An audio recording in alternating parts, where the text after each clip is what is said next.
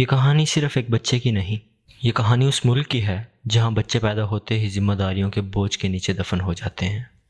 सोचो, अगर तुम्हारा फ्यूचर तुमसे पूछे बगैर ही लिख दिया जाए और तुम्हारी किस्मत पर तुम्हारा नाम भी ना हो। ऐसे ही एक बच्चे का नाम था इकबाल मसीह, और उसने वो कर दिखाया जो बड़े बड़े लोग नहीं कर सके।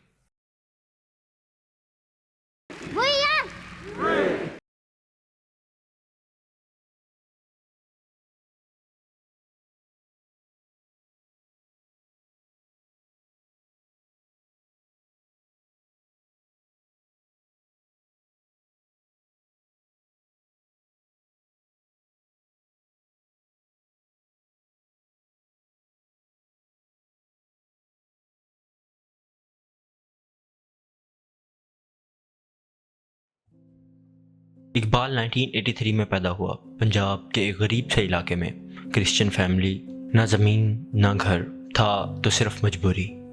इकबाल की माँ इनायत मसीह रोज़ सुबह उठकर ये सोचती थी, आज कर्ज उतारूंगी या बच्चों को कुछ खिलाऊंगी। इकबाल का बचपन खेल से ज़्यादा खामोशी से भरा था। वो बोलता कम था, देखता ज़्यादा था, जैसे उसे बहुत ही पहले समझ आ गई हो कि ज़िंदगी नरम नहीं होने वाली। शादी का दिन था, घर में खुशी होनी चाहिए थी, लेकिन गरीब घरों में खुशी भी कर्ज पर होती है।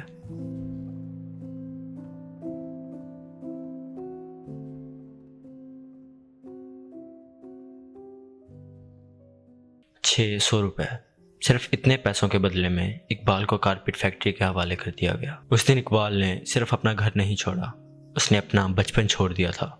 उसे ये भी नहीं बताया गया कि वो वापस कब आएगा। कारपेट फैक्ट्री एक बंद कमरा था, हवा कम, रोशनी कम और उम्मीद बिल्कुल कम।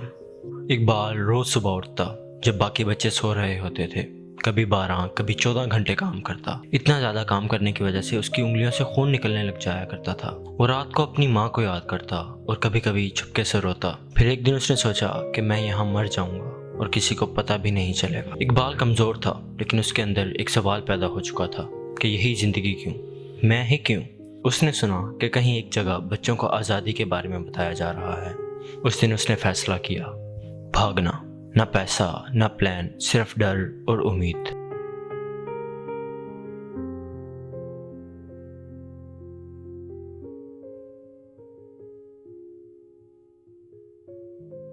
वो मीटिंग बाउंडेड लेबर लिबरेशन की थी। उसमें इकबाल को कहा गया, तुम आज़ाद हो, तुम कैद नहीं हो। इकबाल ये सुनकर कंफ्यूज हो गया क्योंकि गुलामी उसके लिए नॉर्मल बन चुकी थी। इकबाल कारपेट फैक्ट्री से भाग गया, लेकिन पहली मर्तबा जब उसे आज़ाद डिक्लेयर कर दिया गया, उसने अपनी सांस महसूस की। इकबाल स्कूल गया, लेट, बहुत लेट। वो बच्चों से छोटा था, लेकिन सोच में बहुत बड़ा। वो बहुत तेज़ी से सीखता था, जैसे वक्त से बदला ले रहा हो। मगर रात को उसे फैक्ट्री के ख्वाब आते, चीखें, मार। आज़ादी के बाद भी उसके ज़ख्म जिंदा थे। इकबाल ने बोलना शुरू किया, पहले पाकिस्तान में, फिर दुनिया के सामने। उसके लफ्ज़ परफेक्ट नहीं होते थे, लेकिन सच्चे हुआ करते थे। I was a slave. I don't want other children to be slaves. लोग उसके ज़ख्म सुनकर रो दिया करते थे। 1994 ह्यूमन राइट अवार्ड्स। इकबाल मुस्कुरा रहा था, लेकिन वो जानता था कि कुछ लोग उससे नफरत करते हैं। इकबाल को कहा गया कि घर बैठ जाओ, लेकिन जो बच्चा फैक्ट्री में मौत को देख आया हो, वो धमकियों से नहीं डरता। 16 अप्रैल 1995, ईस्टर का दिन। साइकिल, दोस्त, हंसी और फिर गोलियां।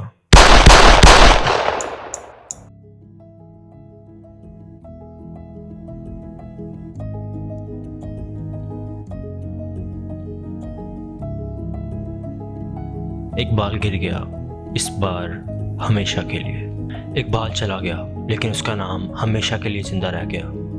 आज जब भी चाइल्ड लेबर की बात होती है, इकबाल का नाम ज़रूर पुकारा जाता है। आखिर एक 12 साल का बच्चा सिस्टम को चैलेंज कर सकता है, तो हम क्यों नहीं।